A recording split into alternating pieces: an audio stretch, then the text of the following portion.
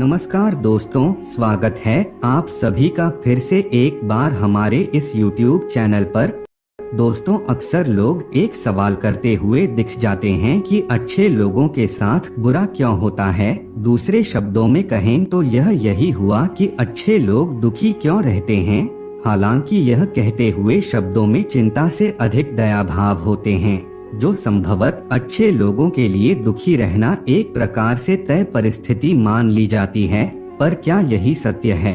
क्या इसे मानकर अच्छाई से किनारा कर लिया जाना चाहिए या ऐसे लोगों को एक अलग मानव की कैटेगरी में रखना चाहिए? तथ्यों का सूक्ष्मता से निरीक्षण करें तो परिदृश्य कुछ और भी रूप दिखाते हैं।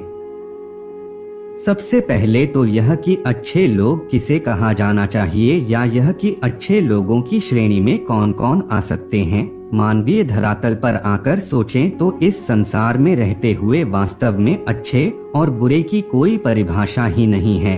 वस्तुत जो है वे हैं परिस्थितिजन्य मानवीय व्यवहार। इन मानवीय व्यवहारों के लिए भी कई कारक जिम्मेदार होते हैं, जैसे तत्काल हालात, अपनी सोच, सक्रियता और सक्षमता आदि। अमूमन जिस भाव में अच्छा होना आका जाता है वह है दयालुता का स्वभाव। दयालु लोग प्राय लोगों के काम आते हैं, लेकिन अधिकांश समय उन्हें अपने संदर्भ में इसका सकारात्मक परिणाम नहीं मिलता या ज्यादातर समय हालात उनके विपरीत होते हैं। आखिर इसकी वजह क्या है? क्या यह उनकी किस्मत होती है या उनकी ही सोच या स्वभाव की कोई गलती? मनोवैज्ञानिक धरातल पर विश्लेषण करें तो ये 3 कारण इसकी मुख्य वजह होते हैं।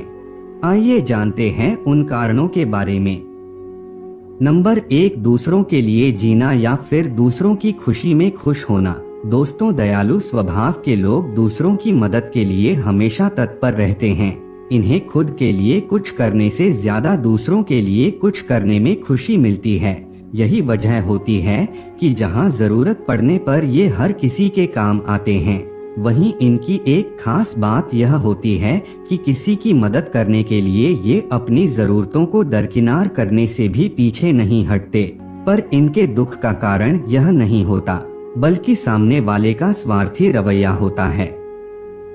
वास्तव में देखें तो अपनी सीमाओं से बढ़कर और अपनी परेशानियों को किनारे रखकर किसी की मदद करना ही इनके लिए दुख का कारण बन जाता है। ऐसे व्यक्तियों के लिए लोग यह मानकर चलते हैं कि ये हर वक्त उनके साथ ही होंगे और खुद से पहले उनके बारे में सोचेंगे।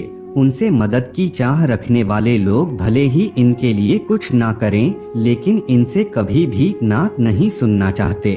आपको यह समझने की जरूरत है कि यह आपका बुरा रवैया नहीं है जिसके लिए आपको दुखी होना चाहिए या पछताना चाहिए, बल्कि यह सामने वाला का स्वार्थ है जो किसी की जरूरतों को समझे बिना हमेशा उसकी मदद लेना चाहता है।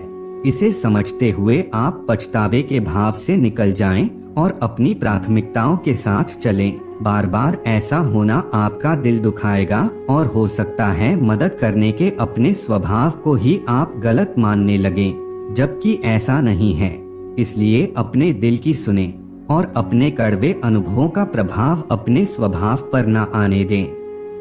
नंबर 2, खुद की परवाह करना स्वार्थी बनना नहीं होता। दोस्तों, दयालु लोगों में एक और जो बात होती है वह यह कि ये अपने लिए शायद ही कभी जी पाते हैं। इनकी प्राथमिकताओं में कभी परिवार, कभी रिश्तेदार तो कभी दोस्त आ जाते हैं। कभी ये बच्चों के स्कूल भागते हैं, कभी परिवार के साथ वीकेंड मनाते हैं तो कभी दोस्तों के खुशी गम में शरीक होते हैं। परिणाम यह होता है कि इनके पास खुद के लिए ही खाली समय नहीं होता कि अपने शौक पूरे कर सकें, क्योंकि इनका हर कदम दूसरों को खुश करने के लिए होता है। उसे पूरा करते हुए ये अपने सपनों को पूरा करने के लिए काम नहीं कर पाते। आपको अपनी इस सोच में थोड़ा सुधार लाने की आवश्यकता है। आपको यह समझने की जरूरत है कि खुद के लिए सोचना स्वार्थी बनना नहीं होता और दूसरों के लिए सोचने का मतलब यह नहीं होता कि आप खुद के लिए बिल्कुल ना सोचें। निस्वार्थ भाव से किसी की मदद करना और बात होती है, लेकिन निस्वार्थ होने का अर्थ खुद की जरूरतों को भूल जाना नहीं होता। आपको याद रखना चाहिए कि भगवान ने हर इंसान को शरीर और मन दिया है। इसकी जरूरतों और खुशियों का ख्याल रखना हर व्यक्तिगत इंसान की जिम्मेदारी होती है।